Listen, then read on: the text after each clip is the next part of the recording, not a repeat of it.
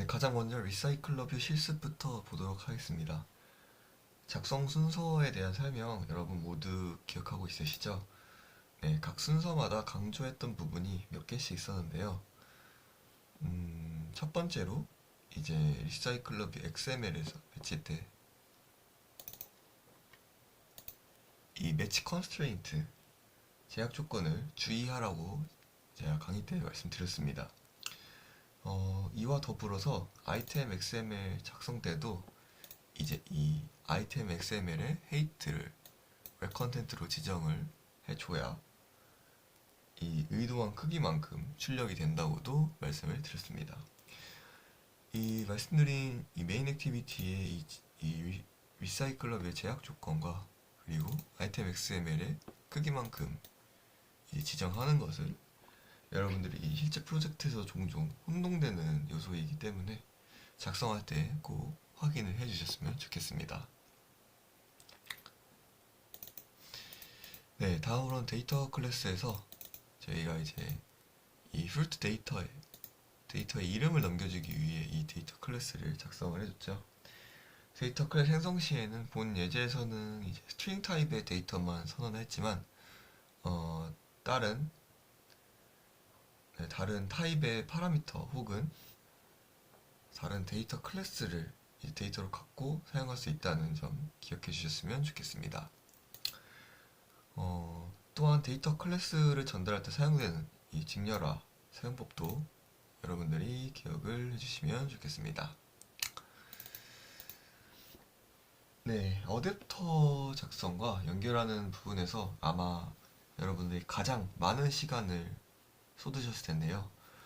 구조적으로 동일한 패턴이 이제 추후에 여러분들이 진행하는 프로젝트에도 많이 나오니까 꼭 기억을 해주셨으면 좋겠습니다. 어댑터가 이제 저희가 말한 생성자로 데이터 클래스를 담는 어레이 리스트를 생성자로 받고 리사이클러브의 어댑터를 상속받으며 데이터 파라미터로 뷰 홀더를 갖는 모습을 볼 수 있습니다. 이렇게 어댑터 구조를 만들면 오버라이드 되는 세 가지 말씀을 드렸죠. on create view holder, on bind view holder, get item count. 네, 세 가지 메서드, 각 메서드마다 어떤 기능을 하는지도 말씀을 드렸습니다. 뷰 홀더를 이제 파라미터로 선언을 해주면 이너 클래스에서 이 클래스를 정의를 할 수 있는데요. 이 뷰 홀더에서는 저희가 만든 아이템 XML을 바인딩으로 갖고 이 뷰 홀더는 바인딩 루트를 선언함으로써 아이템에 접근을 할 수 있습니다. 바인드 함수를 이용함으로써 on 바인드 뷰 홀더에서 따로 코드를 작성하지 않고 바인드 함수를 호출하는 식으로 이제 코드를 간소화했죠. 이 바인드 함수는 저희가 데이터를 직접 넣을 각 포지션에 어떤 데이터를 넣을지를 선언을 해줬습니다. 네, 다음으로 저희는 이제 콜백 함수를 구현하기 위해 인터페이스 그리고 setOn item click listener라는 메서드를 작성을 해줬죠. 인터페이스 안에는 추상 메서드를 구현을 해서 다른 액티비티가 이제 이 fruit 어댑터에 있는 on item click listener를 구현을 하고 on item click이라는 메서드를 다시 구현을 하여 이제 아이템이 클릭됐을 때 동작을 설계를 해줬습니다.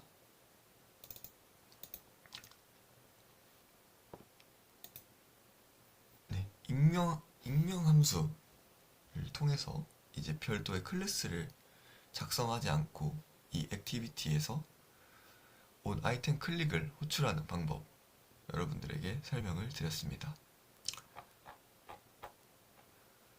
비록 저희가 미션 하기 전에 이제 그냥 실습으로 구현한 코드지만 여러분들이 이제 한 번씩 다시 한번 이 코드를 보면서 이 익명 클래스를 왜 썼는지 그리고 어댑터에서는 인터페이스를 왜 적용시켰는지 그리고 이 바인드 함수가 어떤 역할을 하는지 등에 대해서 다시 한번 확인해 주셨으면 좋겠습니다.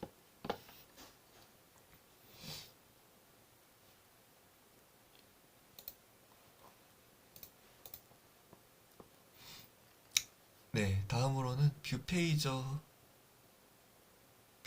실습이었는데요. 이 뷰페이저는 사실 리사이클러 뷰랑 많이 동일하다는 점을 말씀을 드렸습니다. 구조적으로 이제 리사이클러 뷰에서 저희가 오버라이드 되는 세 가지 메서드, 이제 리사이클러 뷰도 그대로 사용한다고 말씀을 드렸죠. 마찬가지로 이제 뷰 홀더를 파라미터를 갖고 이너 클래스로 뷰 홀더를 다시 정의를 해주는 모습을 볼 수 있습니다. 뷰페이저는 뷰페이저를 사용한 동시에 저희가 이제 글라이드라는 라이브러리를 사용했던 거 기억이 나시죠? 이 글라이드 라이브러리를 사용하기 위해서는 이 컨텍스트를 마찬가지로 생성자로 같이 받아야 되는 점을 말씀을 드렸습니다. 그래서 이 글라이드 사용 방법, with와 load into 함수를 여러분들에게 설명을 드렸습니다. 이 글라이드 함수는 이제 저희가 예시에서는 이 픽사베이의 이 링크를 그대로 가져와서 사용을 하였지만 이제 실제 프로젝트에서는 이 글라이드 쪽에 이제 데이터 통신을 통해서 이제 직접적으로 데이터를 접근해서 넣을 텐데요. 이런 부분이 이제 HTTP로 전환이 돼서 받기 때문에 이 글라이드 함수의 사용법을 여러분들이 꼭 익혔으면 좋겠습니다.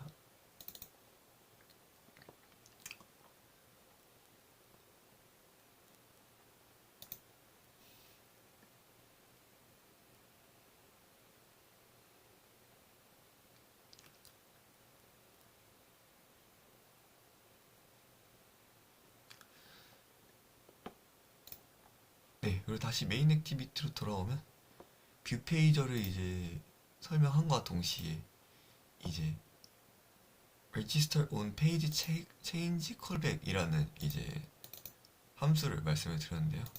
이 함수는 뷰 페이저의 페이지 이동을 감지하고 이 페이지가 이동할 때 어떻게 이벤트를 처리할 건지에 대한 함수라고 말씀을 드렸습니다. 마찬가지로 익명 클래스로 이제 온페이지 콜백을 이제 구현을 해줬는데요. 이 온페이지 콜백은 이제 오버라이드 된 메서드로 온페이지 셀렉티드가 있었습니다. 그래서 어떤 페이지가 셀렉티드 됐냐에 따라 포지션을 받고 이 포지션에 따라서 어떤 이벤트를 표시할지를 코드로 보여드렸습니다. 그 밖에도 이제 다양한 오버라이드가 되는 메서드들이 존재하는데요. 여러분들이 이제 뷰 페이저를 사용하실 때 직접 공식 문서나 아니면 블로그를 참고하셔서 여러분들이 의도하신 대로 코드를 작성해 주시면 되겠습니다.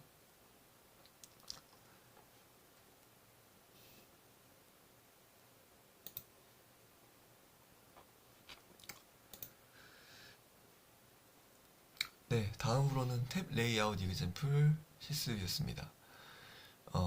이 실습은 이제 뷰 페이저와 탭 레이아웃을 직접적으로 어떻게 연동을 하는지, 그리고 연동을 한다면 이제 어떻게 관리가 되는지에 대해 설명을 드렸습니다.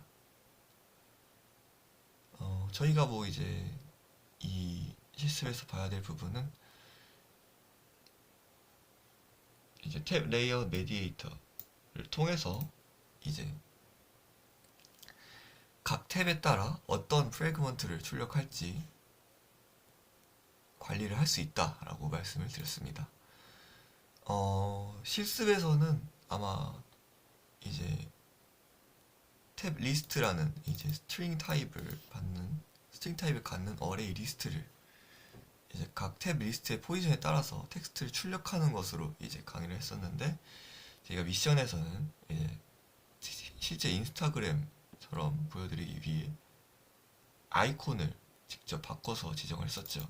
이런 식으로 여러 가지 커스텀이 가능하니까 이것도 여러분들이 추후 프로젝트에서 진행하실 때 어떤 거에 어떤 구현을 할 건지에 따라서 스트링 타입을 넣을지 이미지를 넣을지를 결정해 주시면 되겠습니다.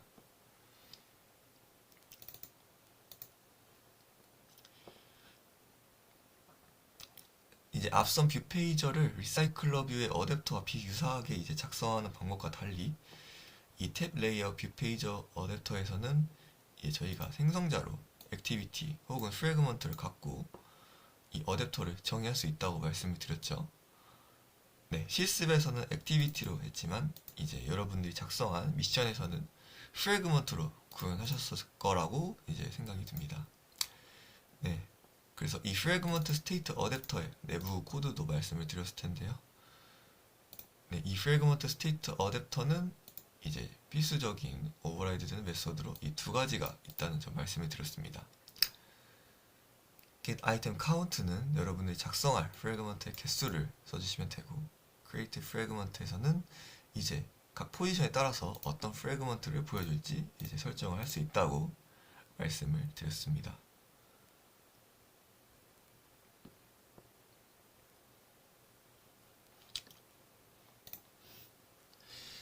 네, 이렇게 저희가 3, 4주차에 진행을 했던 코드를 다시 한번 이제 리뷰하는 시간을 가져봤는데요. 제가 이제 뷰페이저를 이제 강의를 하면서 인디케이터에 대한 이제 얘기를 살짝 하고 넘어갔었는데, 남은 시간에는 이제 간단하게 인디케이터에 대한 강의를 좀 진행을 하고, 여러분들이 이제 미션에서 진행을 하실 수 있도록 간단하게 강의를 한번 해보도록 하겠습니다. 네, 그러면 인디케이터 실습을 한번 시작해 보도록 하겠습니다. 해당 프로젝트는 이제 VP 인디케이터 example이라는 이름으로 간단히 만든 상태고, 네, 이제 말씀 안 드려도 알겠죠? 네, 이 MTUS 액티비티에서 이제 뭐 VP 인디케이터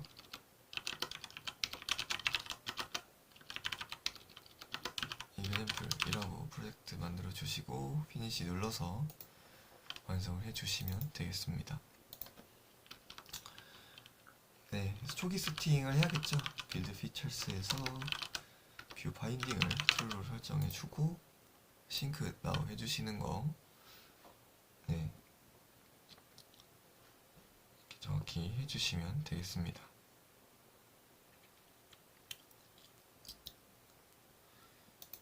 이제 빌드 피처가 되셨으면 바인딩 선언을 해주셔야겠죠. waiting for binding은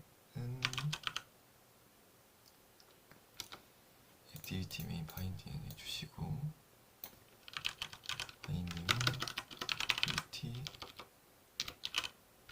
바인딩은 인플레이트 레이아웃 인플레이터 해주시고, 세컨트 튜브를 바인딩 점 루트로 해주시면 되겠습니다.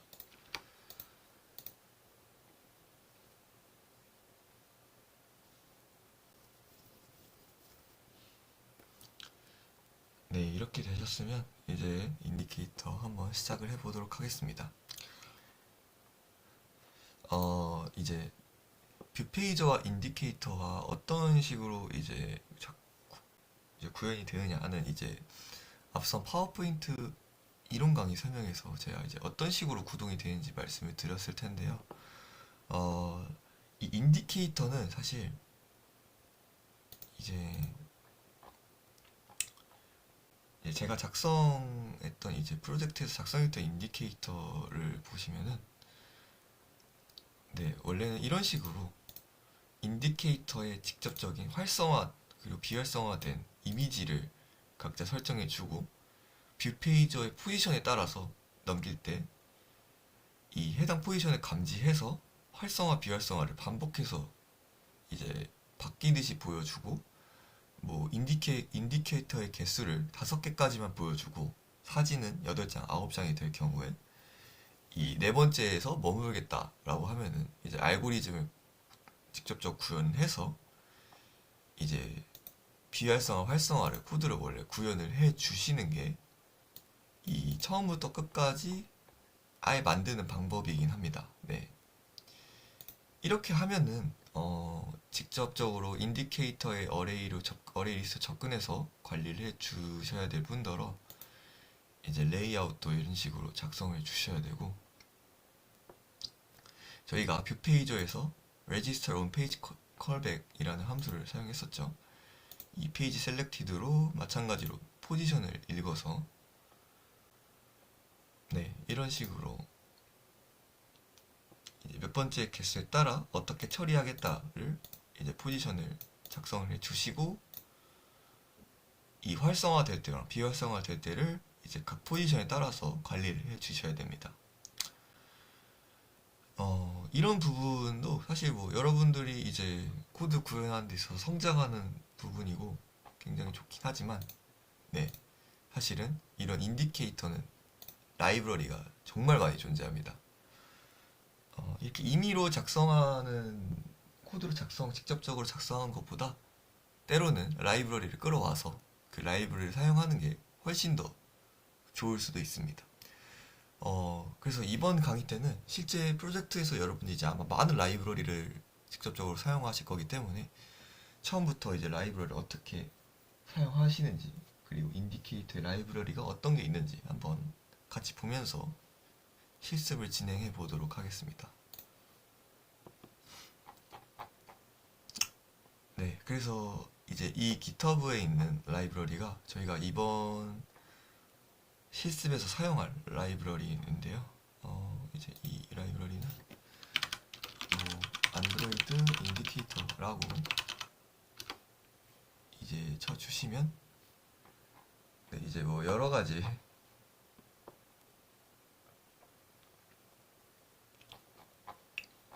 이제 뭐 블로그나 아니면 참고할 문서들이 나옵니다. 네, 여기서 쭉 내리다 보면은 이제 뭐 3 material dots indicator for view pager in Android 라는 이제 이 GitHub 링크를 확인할 수 있는데요. 네, 이번 실습에서는 네, 이 dots indicator라는 라이브러리를 한번 사용해 보도록 하겠습니다. 제가 이렇게 들어와서 확인한 것처럼 여러분들도 이제 뭐 이런 블로그나 아니면 그 밖에 이런 뷰페이저 인디케이터라는 뭐 여러 가지 GitHub로 확인하실 수 있으시고요. 뭐 이제 직접 GitHub에서 뷰페이저 인디케이터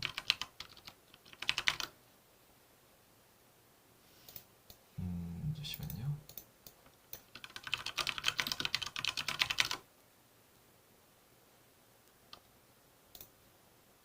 네, 뭐 이렇게 뷰페이저 인디케이터라는 많은 이제 레포지토리가 존재하는데, 이제 이 스타가 많거나 아니면 많은 사람들이 사용하는 것처럼 한번 확인을 하고, 이제 본인 프로젝트에 맞는 이제 인디케이터가 맞다면 직접 들어가서 라이브러리를 이런 식으로 ESH에 리듬이 이제 써 있는 그대로 라이브를 끌어오셔서 사용해 주시면 되겠습니다.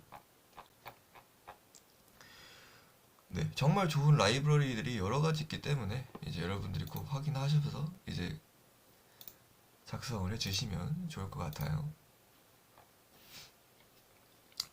네, 그럼 한번 같이 볼까요? 이 페이지 다치 인디케이터라는 설명이 이 리듬이 잘 되어 있는데요. 이제 제가 이제 4주차에서 3, 4주차에서 이제 글라이드에 대한 설명을 해드렸죠. 이제 글라이드도 이제 이런 식으로 GitHub에서 가져왔을 텐데 조금 더 상세하게 설명을 해드리도록 하겠습니다. 네, 이제 뭐 그레이드 작성, 이제 저희가 이 GitHub를 사용하기 위해 의존성 임플리멘테이션을 어떻게 가져올지 이런 식으로 봐야 된다고 말씀을 드렸죠. 이 XML 작성뿐만 아니라 이제 컴포즈도 이런 식으로 어떻게 써야 될지에 대한 설명도 나와 있습니다. 그래서 저희는 이 의존성을 써야 되기 때문에 이 의존성에 대한 임플리멘테이션을 그대로 갖고 와서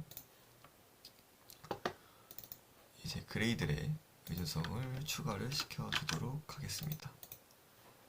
그대로 복사 붙여넣기 해서 싱크 나우 하면은 네, 이제 라이브러리가 설치가 되겠죠.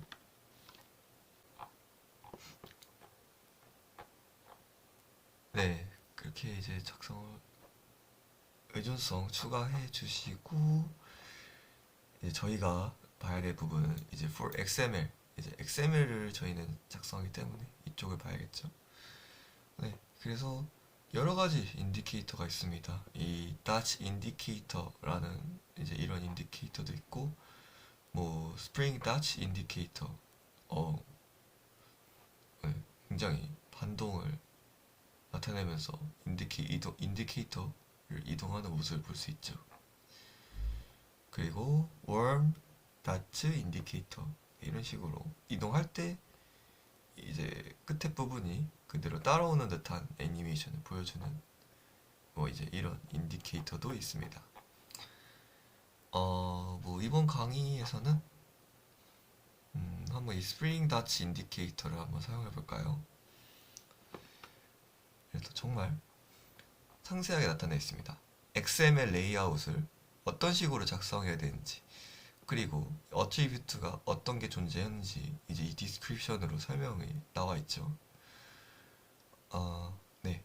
이런 부분들도 이제 하나하나씩 직접 바꿔보면서 하면 좋을 것 같습니다. 뭐 다치 컬러는 이제 여러분들도 아시겠지만 어트리뷰트에서 이 다치 컬러는 인디케이터에 직접 어떤 색깔로 바뀌는지, 이 인디케이터에 어떤 색깔로 바뀌는지 대한 설명이겠죠. 다치 스트로크 컬러는 이제 이 컬러에 이제 이 스트로크 부분이 어떤 색깔로 표시될지를 나타내고, 뭐 다치 사이즈는 이제 이 해당하는 점의 크기를 나타내겠죠.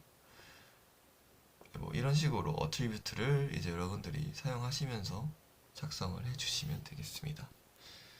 네, 그럼 한번 스프링 다치 인디케이터를 사용해 볼까요?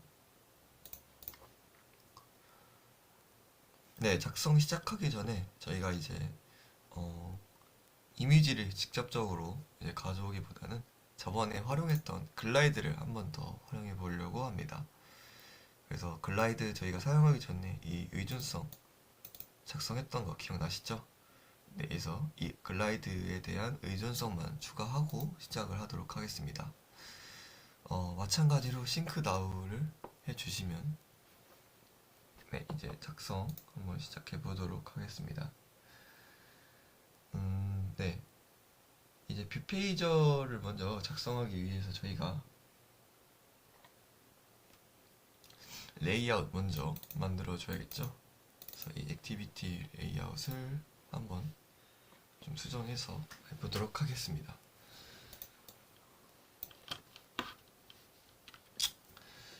네, 가장 먼저 뷰 페이저 2라고 먼저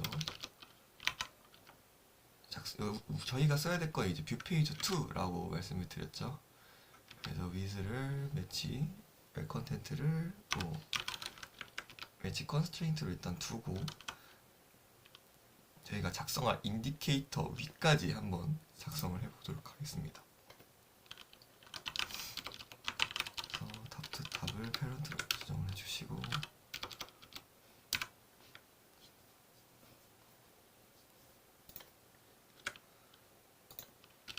아이디 꼭 선언을 해주시고요. 페이저, 뭐 이미지 이런 식으로 바텀 투 바텀을 아이디로 이제 저희가 만들어줄 뭐 다치 인디케이터 이미지 이런 식으로 한번 작성을 해줄게요. 네, 그리고 이제 인디케이터를 쓰는 방법은 저희가 이제 글라이더를 추가했기 때문에 여기서 다치 인디케이터라고 하면은 이제 낫만 쳐도 저희가 의존성 추가했던 이 다치 인디케이터에 접근이 가능하게 됩니다. 근데 이제 저희가 쓰려고 했던 건 이제 스프링 다치 인디케이터죠. 스프링 다치 인디케이터를 주고 위드를 이제 인디케이터만큼 할 거기 때문에 웹 컨텐트 헤이트도 웹 컨텐트를 한번 지정을 해주겠습니다. 네, 그럼 이런 식으로 이제 XML에서 이제 임의로 표시가 됩니다. 이 인디케이터 내부 코드를 이제 본 강의에서는 확인하지 않을 건데 한번 여러분들이 이제 이 GitHub에서 이 해당 빅페이저에 이제 이 빅페이저 코드에서 이제 직접 들어가서 확인을 해보시면 좋을 것 같은데요. 네, 이 어태처에서 이 빅페이저 투 어태처를 한번 확인하게 되면은 이 뷰페이저와 인디케이터를 직접적으로 연동한 코드를 이제 볼 수 있습니다. 네, 그래서 지금은 이렇게 임의로 5개가 떠 있지만 이제 저희가 넣는 데이터의 개수에 따라 이 인디케이터 다시 추적을 해가지고 이 닷의 개수를 추가를 하는 모습을 볼 수 있습니다. 네, 이런 식으로 이제 라이브러리를 보통 사용하실 때 뭐 리드미에서도 이제 보통 대부분 다 이제 설명을 해주지만 어떤 식으로 코드가 진행되는지 한번 확인을 해주시 때는 이제 이렇게 직접 코틀린 코드로 들어와서 뭐 이제 페이지 어댑터 체인지 옵저버를 통해서 이제 어떻게 얘가 추적을 하는지 뭐 이런 식으로 한번 확인을 해 주실 수 있습니다. 네, 이런 식으로 확인을 하셔야 이제 여러분들이 정말 더 정확히 이해하고 사용할 수 있다는 점 꼭 기억을 해 주셨으면 좋겠습니다.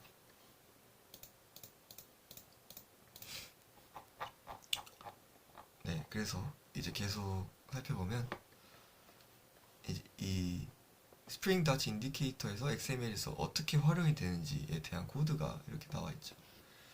한번 저희도 이제 그대로 사용을 해볼게요. 이제 width부터 stiffness까지 어트리뷰트를 한번 복사를 해보도록 하겠습니다. 네, width랑 height는 정의했으니까 뺄게요. 네, 이런 식으로 나타내고 이제 컨스트레인트 지정을 해줘야겠죠. 그래서 탑 투 바텀으로 vp 이미지를 해주고 바텀 투 바텀을 이제 페런트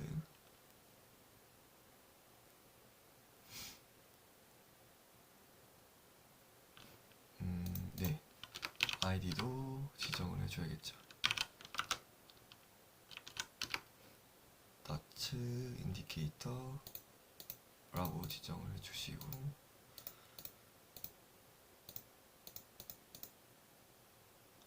네, 바텀 투 바텀이 아니라 바텀 투 탑이죠. 네,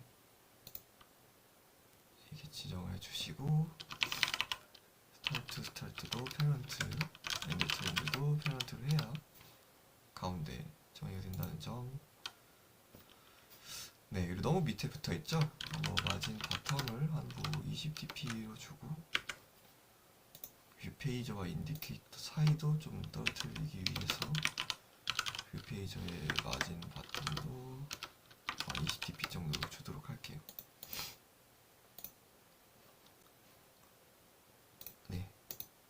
네, 그럼 한번 어트리뷰트 한번 수정해 볼까요? 뭐 지금 기본적으로 어트리뷰트에서 이제 컬러 스토어 컬러 이런 게 다 정의되어 있는데 한번 나치 컬러부터 바꿔보도록 할게요. 네, 나치 컬러를 작성하기 위해서 일단 컬러를 일단 뭐 블랙으로 설정해 줄까요? 이제 블랙으로 설정하고 이제 스트로크 컬러는 이제 말씀드렸던 이제 이 부분을 어떻게 표현할지를 나타내는 건데 이번에는 뭐 약간 그레이 색깔 쪽으로 할까요? DVD. 네, 뭐 이제 이런 식으로 그레이 색깔로 한번 스트로크를 표현을 해보도록 하겠습니다. 네, 이 다츠 코너 레디어스는 이제 이 닷의 코너에 이제 레디어스를 어떻게 설정할지를 나타낸다고 디스크립션에 나와 있는데 디폴트는 이제 닷의 사이즈에 반만큼이라고 이제 나와 있죠.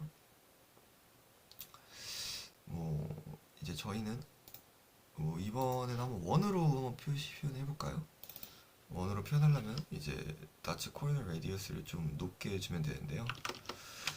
뭐 한 100dp 정도 주면은 이제 원처럼 보이게 이렇게 수정을 해주실 수 있습니다. 뭐 나츠 사이즈는 그대로 하고 뭐 이제 이 스트로크 위스를 좀 더 줘볼까요? 너무 커서 네, 안 보이네요. 네. 그럼 뭐 원래 2dp였으니까 5dp 정도 주면은 네 이런 식으로 두꺼운 스트로크가 되는 것을 볼 수 있습니다. 네, 뭐 그 밖에도 댐핑 레티오, 스티프니스, 뭐 더치 스페이싱 뭐 이런 부분이 있는데 이 시스 이외에도 그냥 여러분들이 바꾸시면서 막 이런 어트리뷰트가 있구나 하고 직접 바꿔보시면서 해보시면 되겠습니다.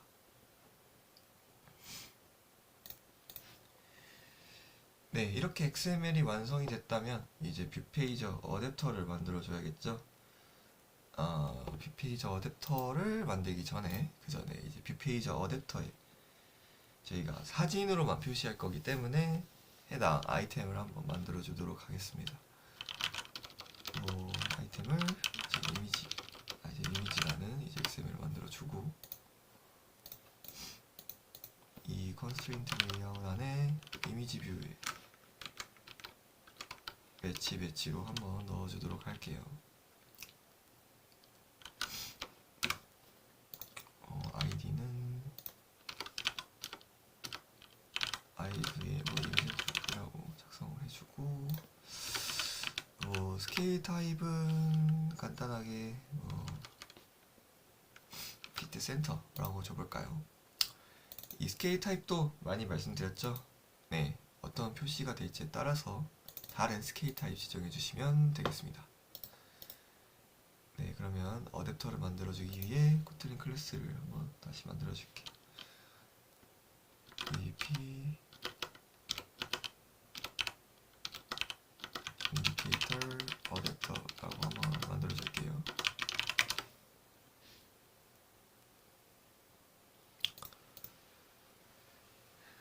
네, 되셨나요? 어댑터 뷰페이저 어댑터 코드는 제가 앞서 말씀드렸기 때문에 이제 빠르게 작성을 한번 해보는 걸로 하겠습니다. 일단 작성하기 전에 저희가 이제 글라이드를 이번에도 사용할 거라고 말씀드렸기 때문에 이 글라이드를 쓰기 위해서 생성자로 항상 컨텍스트를 받아야 된다고 말씀드렸죠. 컨텍스트를 받고 그 다음에 저희가 이번에 접근할 아이템 데이터로 이제 뮤터블 리스트에 글라이드에 해당하는 스트링 데이터를 받도록 생성자로 지정해 두도록 하겠습니다. 그리고 이 어댑터는 리사이클러 뷰의 어댑터를 상속받고 이제 파라미터로 뷰페이저 인디케이터 어댑터의 뷰 홀더를 갖고 있는다고 말씀을 드렸습니다. 네, 이제 정말 많이 반복해서 이제 구조적으로 이제 좀 이해가 되시죠? 네, 이런 식으로 작성을 하고 이제 뷰 리사이클러 뷰의 어댑터를 상속받게 되면은 세 가지 오버라이드 네 된다고 말씀드렸죠. 이런 식으로 만들어 주시고 뷰 홀더를 이제 작성해 주기 위해서 이너 클래스로 뷰 홀더를 작성해 준다고 설명을 드렸습니다. 뷰 홀더에서 이제 생성자로 바인딩을 갔는데 이 바인딩은 저희가 앞서 만든 아이템 이미지에 해당하는 바인딩이고 이 뷰 홀더는 리사이클러 뷰의 뷰 홀더를 상속을 받습니다. 뷰 홀더는 바인딩 루트에 적용하고 저희는 바인드 함수를 통해서 이 온 바인드 뷰 홀드에서 호출하는 형식으로 진행을 해왔습니다. 이 바인드 함수에서 접근하는 건 저희가 글라이드에서 사용하는 HTTP 스트링이기 때문에 뭐 이미지를 스트링 이런 식으로 한번 작성을 해보도록 할게요. 네, 작성이 됐으면 이 글라이드, 이 바인드 함수에서는 글라이드로 이 이미지를 붙이는 작업을 해줘야겠죠. 그래서 글라이드에 이제 어디에 붙일 건지에 대한 컨텍스트를 지정을 해주시고, 로드로 이제 저희가 작성한 이미지라는 이제 이 글라이드로 갖고 HTTP에 해당하는 스트링을 지정을 해주시고, 이제 인트로 저희가 해당하는 아이템 이미지에 이제 해당하는 이미지 뷰의 아이디를 이렇게 적어주시면 되겠습니다.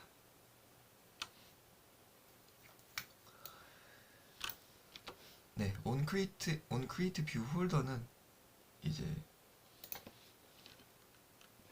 처음에 뷰 홀더가 보여질 때 세팅을 해준다고 말씀을 드렸죠. 마찬가지로 빠르게 한번 해보도록 하겠습니다. 아이템은 아이템 이미지 바인딩에 인플레이션 작업을 해줄 거고요. 컨텍스트를 parent 컨텍스트 콤마 parent 콤마 source로 지정을 해주도록 하겠습니다. 그리고 이거는 뷰 홀더의 바인딩으로 리턴을 해줄게요.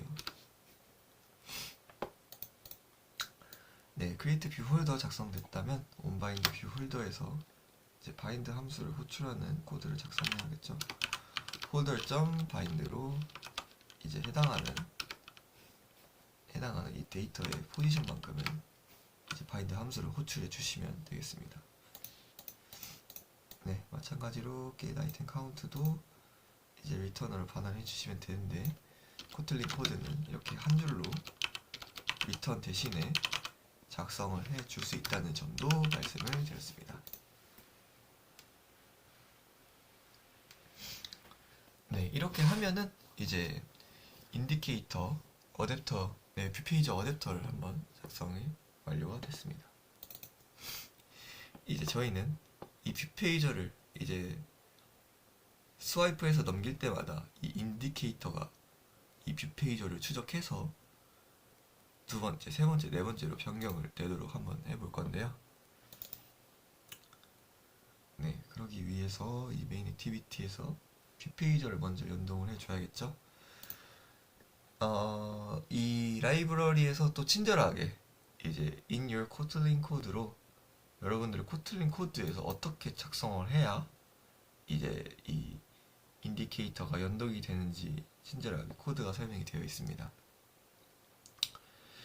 뭐 이 뷰페이저의 어댑터를 설정하는 코드는 저희도 이제 배워서, 제가 직접 강의 때 배워서 구현을 할 수 있고, 이 다치 인디케이터도 뭐 그렇게 어렵지 않습니다. 이 저희가 선언한 이 다치 인디케이터의 아이디로 직접 접근을 해서 다치 인디케이터로 변수를 선언해 주고, 그 다음에 이 attach to라는 함수를 통해서 저희가 이 뷰페이저에 붙이는 코드를 이렇게 볼 수 있습니다. 굉장히 간단하죠? 네, 그래서 이 기반으로 한번 작성을 해보도록 할게요.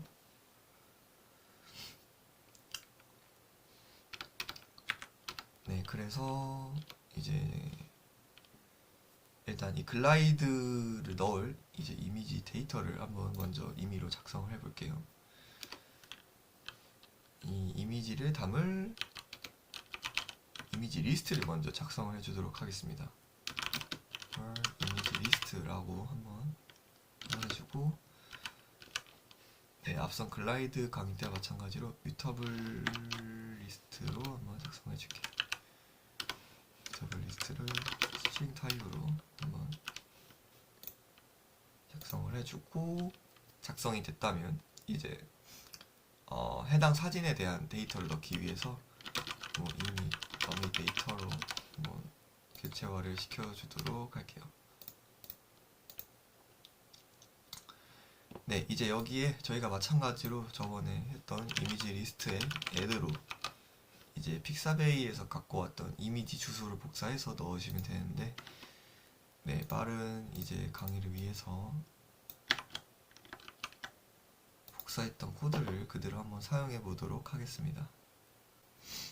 네, 이제 저번 시간에 사용했던 코드 이제 그대로 한번 사용해 볼게요.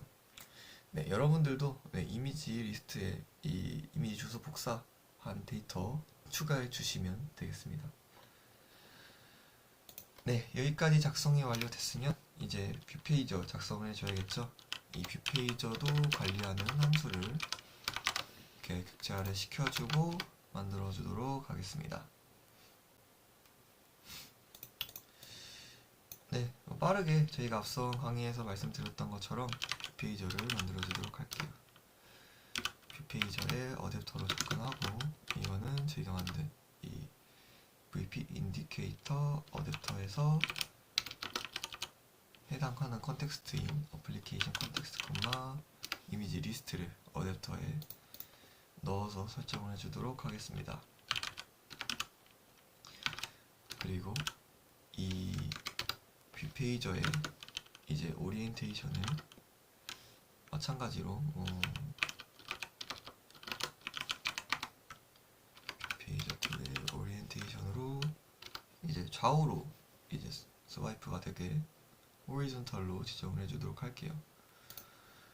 네, 그리고 여기까지 됐다면 이제 스프링 더치 인디케이터를 선언하고 이 어태치 툴로 뷰페이저에 붙여줘야겠죠. 네, 저희는 바인딩을 사용하기 때문에 좀 코드를 간소화해서 바인딩에 저희가 만들었던 이 더치 인디케이터를 진행해주고 어태치 툴 함수를 통해 저희가 위에 작성했던 바인딩의 뷰페이저로 이렇게 어태치 툴을 하면 끝이 납니다. 네, 정말 코드가 간단해졌죠. 제가 앞서 인디케이터 보여드렸던 것과 다르게 이제 라이브러리를 사용하면 때로는 더 좋은 애니메이션을 보여줄 수도 있고 때로는 더 간단한 코드도 작성이 된다는 점 한번 설명을 드렸습니다. 네, 그럼 한번 실행을 시켜볼까요?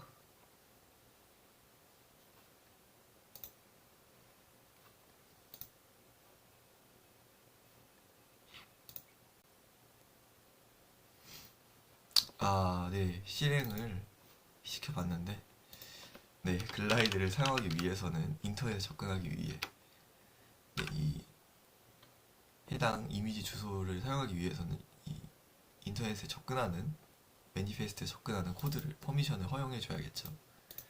네, 이것까지 선언해 주시는 거고 네, 기억해 주시기 바랍니다. 네, 작성했으면 다음과 같이 출력이 됩니다.